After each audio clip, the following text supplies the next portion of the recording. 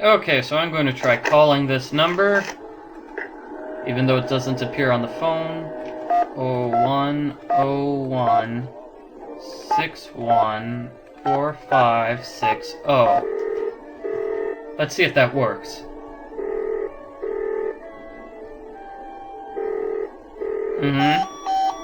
Oh. Oh well, let's call the calling card then. 0101193013. Do. Basically, I'm gonna call everybody and talk to them about everything. Yay. Which isn't that many people, actually. Okay, let's call Bess and George and then Frank and Joe Hardy. 5554468. Wow. I have to type in like 2 10-digit phone numbers in order to talk to anyone. Oh, Nancy! George, go get on the other line, quick. It's Nancy. And remember, talk fast. She's calling all the way from France. So where are you? What have you seen? How do you like Paris? What's Minette like? Have you learned how to design clothes? Bess, slow down. You don't have to talk fast, okay? My dad bought me a phone card and told me to make as many calls as I want. Oh, great. Hi, Nance. What's going on? How's Paris? Have you seen the Louvre? What about the Eiffel Tower? How many famous people? George, 3 words. Prepaid phone card. Oh, great. Hey, perfect timing. We were just about to go for a run. Yay. Whoa, wait a minute. A run? Jog. I meant jog. But you said run. I meant jog. You know how I feel about the R word, George. Jog. We're going for a jog, Bess. Honest. So, Nance, tell us about Minette. Well, she's very high-strung. Why do you say that? She's kind of, yeah. Well, the first time I walked into her office, I was almost decapitated by the potted plant she'd just thrown. She threw a potted plant at you? Before she even knew you? That was rude. Actually, she was throwing it at Heather, her assistant. Oh, and Bess, according to Minette, when something is cool, she says it's totally rude. Rude. You know, that's got a ring to it. He is one rude dude. Yeah, I like it. I'm gonna start saying that. Oh, Bess. Have you ever heard of a fashion photographer named Dieter von Schwesterkrank? No, but I'll bet he's young, German, and cute. Why do you say that? Because I have a sixth sense about these things. Go ahead, Nancy. Describe him in all his luscious Teutonic detail. Well, he's young, German, and cute. See? Why do you ask, Nan? He's pretty sure that Minette's assistant Heather has a crush on him. Is that good or bad? Well, it's good for Dieter's ego, I'm sure. But if it's true, it's bad for Heather.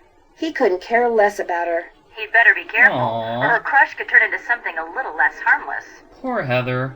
You should see how cool, calm, and collected Minette's assistant Heather is, even when Minette is totally wigging out. I don't get it. I mean, how could anyone work for a woman who goes around wearing a mask all the time?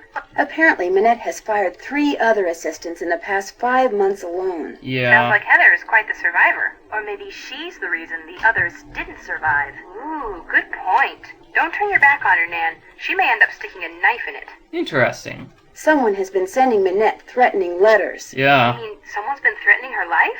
Well, not in so many words. I've only seen one of the letters she's gotten, and it was just kind of vaguely threatening. The end is near, that sort of thing. Do you think the threats are what's causing Minette to act so bizarrely? Or is her bizarre behavior the reason why she's been getting threats? Dun, dun, Good dun. questions, and there's only one way to answer them. Find out who sent those letters. Just be careful, Nancy, or you might start getting threatening letters. Yeah, because that's never happened before. I had to deliver some prints to this fashion editor named Jean-Michel Traquenard. What's Michelle he like? talking on. Bald, heavy-set, and approaching middle age. That's right, Bess. How'd you know? I told you, I have a sixth sense about these things. More likely it has something to do with all those fashion magazines you're constantly reading. I hardly ever read fashion magazines. Do you ever read Glam Glam? Yeah. Oh, I love Glam Glam. Well, that's the one he writes for. See, you probably saw his picture in there once and filed it away in your subconscious. Oh. How come my subconscious never seems to file away anything practical? Anyway, Yeah. when it comes to the Paris fashion scene, this Traquenard guy pretty much knows everything and everyone. So he's pretty helpful? Mostly he's pretty arrogant. Well, anybody who does business out of a cafe can't be all bad. Who I does guess. business out of a cafe? Yeah, Nancy just said that, didn't you? No. Your subconscious strikes again.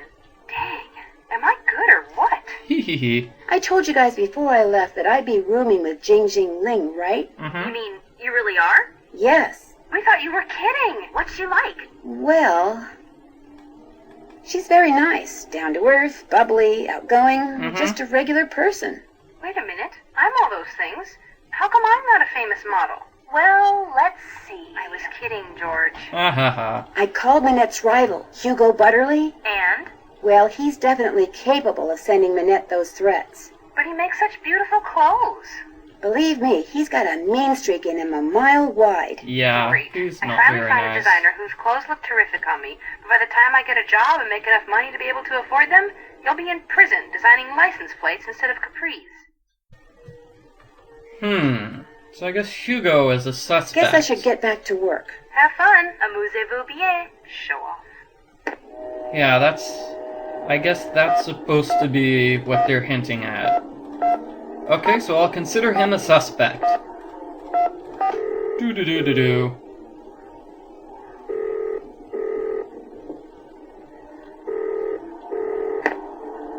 And now let's call Frank and Joe.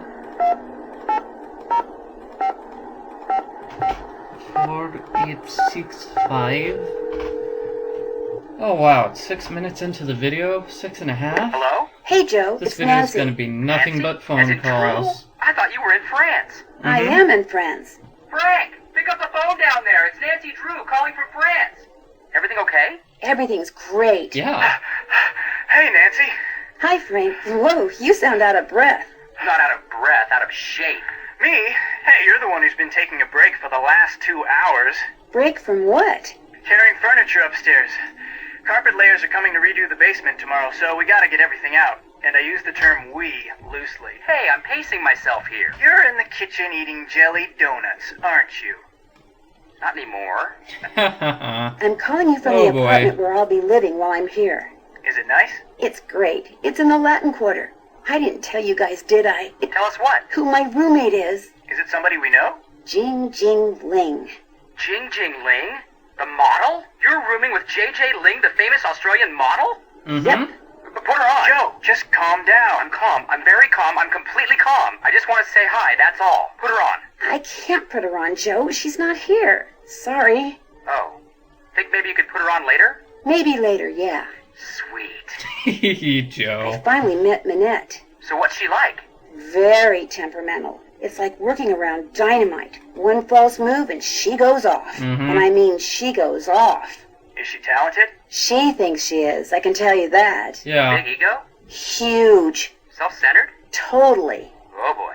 Oh, she's totally rude. Minette's studio is something else. Before you left, you mentioned it was an old windmill or something? Right. It's in an old moulin. That's French for windmill. Like that cabaret de Moulin Rouge. Ooh. Exactly. And like the Moulin What's a Rouge, cabaret? Minette's windmill is in a section of Paris called Montmartre. The outer office Oh. looks like any other modern office, but Minette's studio, which is inside the moulin itself, is very old and funky.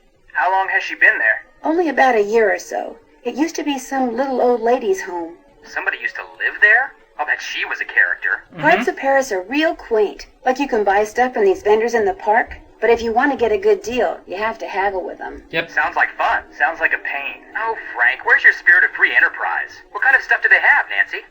Everything imaginable. Yeah. It's like a garage sale, only in a park. I love garage sales. I hate garage sales. Plus, their inventory is always changing, so people keep going back to them just to see what new stuff they have. I wish haggling was common in this country. There's nothing better than feeling like you've gotten yourself a really good deal on something. And when somebody rips you off, nobody rips me off, Frank. Okay, except for that bogus concert ticket I bought from Gerald, the budding juvenile delinquent Higginbotham in junior high school. But I was young then, very young. Okay. That's it for now. Keep in touch. Bye, Nancy. Let me call Hugo one more time and then I'll end this video of nothing but phone calls. I don't think I'll get to Hugo. You have reached the Paris studio of Hugo Butterly, world-renowned fashion designer. As you might expect, I'm very busy right now creating my spring collection, about which I'm very excited.